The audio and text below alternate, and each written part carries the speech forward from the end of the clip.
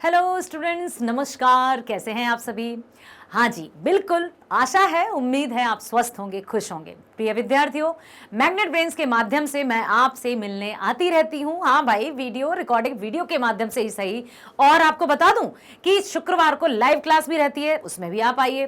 तो यहाँ पर मैं आपसे बताना चाहती हूँ कि मैग्नेट ब्रेन्स कक्षा 7वीं से 12वीं तक की online school education 100% free provide करता है। तो आपको बिना किसी हिचक के, बिना किसी डर के बस आ जाना है। चैनल को सब्सक्राइब करिए, वीडियोस को लाइक कीजिए और ज्यादा से ज्यादा शेयर कीजिए, ताकि आपके सभी मित्रजनों को भी पता चल सके कि फ्री एजुकेशन प्राप्त हो सकता है। कहीं भी ज्यादा फीस भरने की आवश्यकता नहीं है। आपको best quality content magnet brains पर मिलता है। चलिए, तो लेकर आई हूं पार्ट 3, पुष्प की अभिलाषा के मल्टीपल चॉइस क्वेश्चंस, बहुविकल्पी प्रश्न, जो हर एक परीक्षा में बहुत बहुत बहुत महत्वपूर्ण भूमिका अदा करते हैं।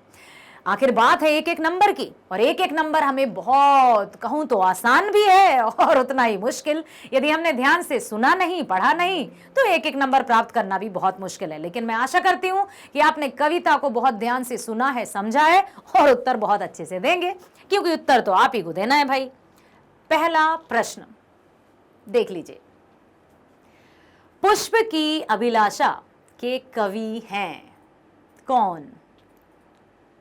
इसलिए मैंने अभी नाम नहीं लिया था कवि का, क्योंकि कुछ बच्चे सुनते तो हैं लेकिन देखते नहीं हैं, और कुछ देखते हैं तो सुनते नहीं हैं। अब परीक्षा है आपकी, चौकन्ने रहने को मैं हमेशा कहती हूं, ताकि आप चारों विकल्पों को पढ़कर उसमें से सही विकल्प चुन सकें। इसलिए चौकन्ना तो आपको रहना है। पहला है रामधारी सिंह दिनकर, दूसरा सूर्यकांत त्रिपाठी निराला, तीसरा महादेवी वर्मा, और चौथा माखनलाल चतुर्वेदी। बताइए, तो कौन है पुष्प की अभिलाषा के कवि? पुष्प की अभिलाषा के कवि हैं माखनलाल चतुर्वेदी जी। बहुत सही। जिसने भी ये जवाब दिया है उसका उत्तर बिल्कुल सही है। जवाब देने की एक और प्रक्रिया मैं आपको बता दूं कि जो भी आपको लगता है कि मैं कैसे लिखूं, का, खा, गा, घा टाइप करने में समय लगता है मैडम, हम आपसे पहले उत्तर कैसे दें? तो मान लीजिए आपको चुनना है घा, पहले का आपको घा, तो ए बी सी डी आप लिख सकते हैं, पहले का डी, तो हम समझ जाएंगे कि आपने सही जवाब दिया है। ठीक है, पहले का मान लो आपने डी दे दिया। अब जैसे यहां आपने लिख दिया पहले का डी, अब हमें देखना है दूसरा, तीसरा, चौथा, पांचवा। ठीक है, अब देखते हैं कि इन प्रश्नों के उत्तर कौन हमसे पहले देता है। चलें आगे।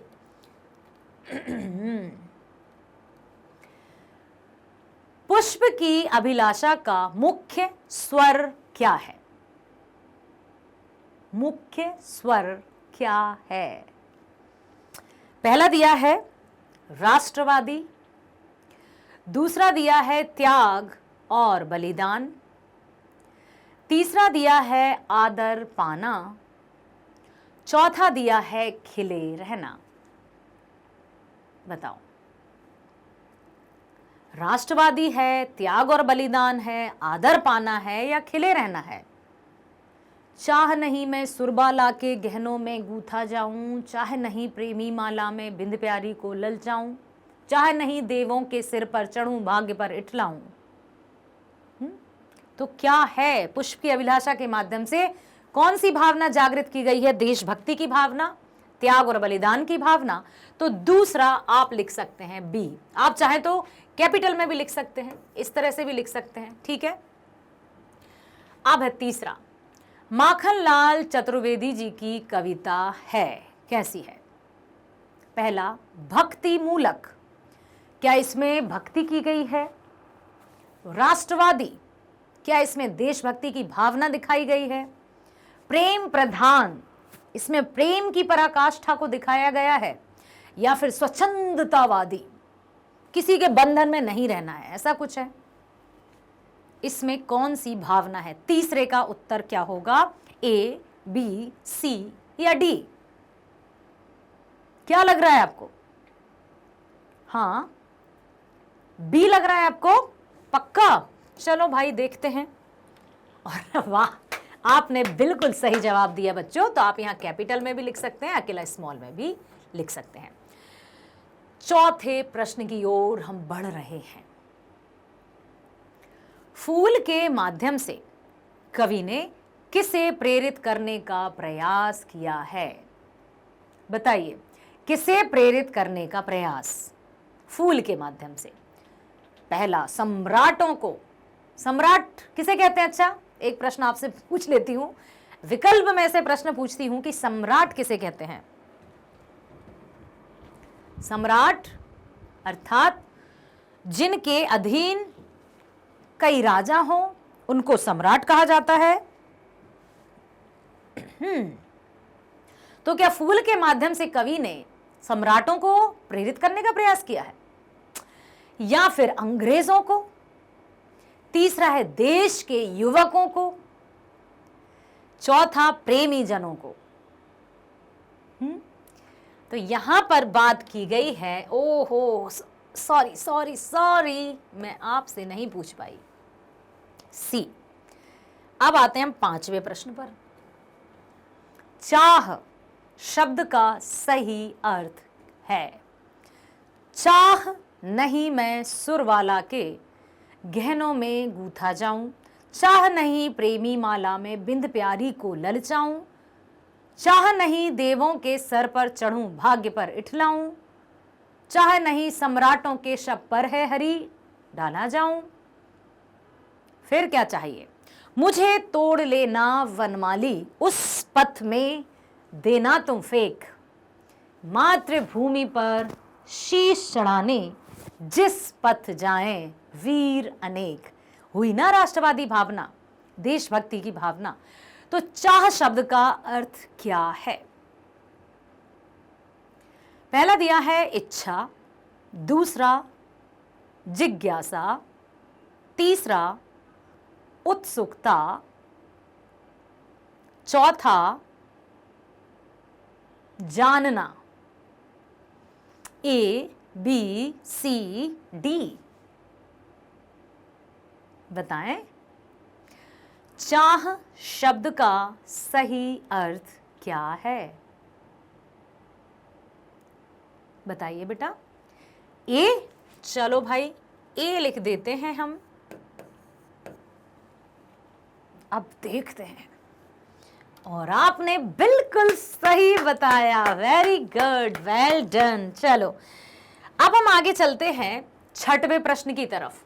तो अब आपको बताना है 6, 7, 8, 9 और 10 का आंसर।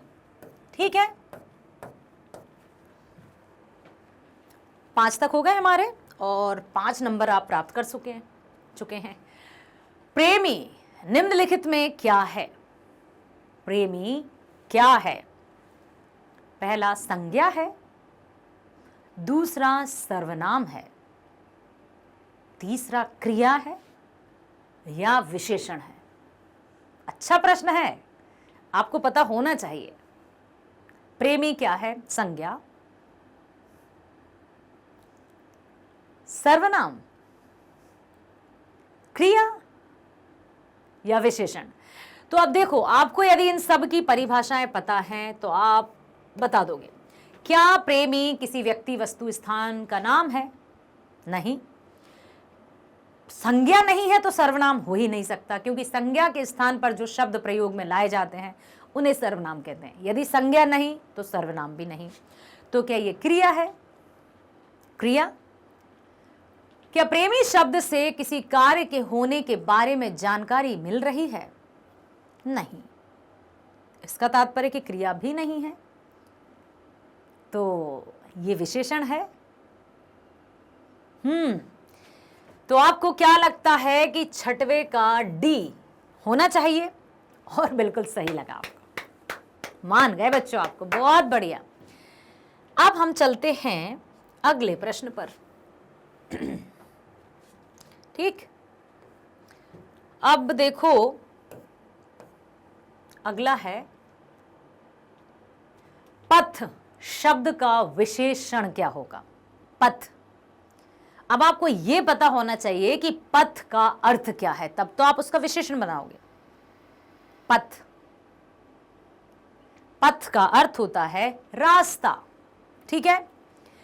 पथ शब्द का विशेषण पथरीला, दूसरा पथिक, तीसरा पथ्य, चौथा पंथ।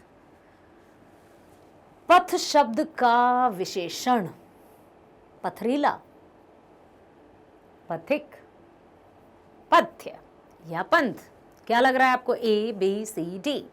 तो आपको ए लग रहा है या बी? तो बी लग रहा है और आपको बिल्कुल सही लग रहा है। चलो भाई, हमने सही चुना।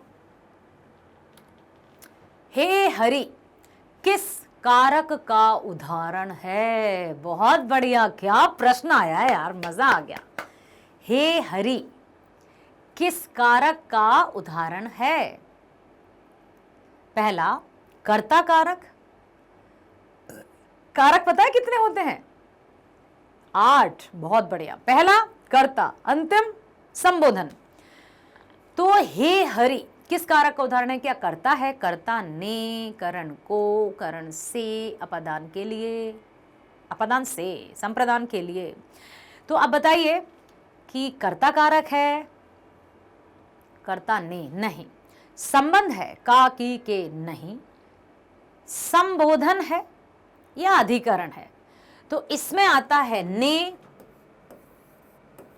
इसमें आता है का, की, इसमें आता है में या पर, और इसमें आता है हे, है ना, अहो, इस तरह से आते हैं। मतलब विस्मय आदि बोधक चिन्ह के साथ आता है। इसका तात्पर्य हुआ कि सी सही है। बिल्कुल सही जवाब, वेरी गुड।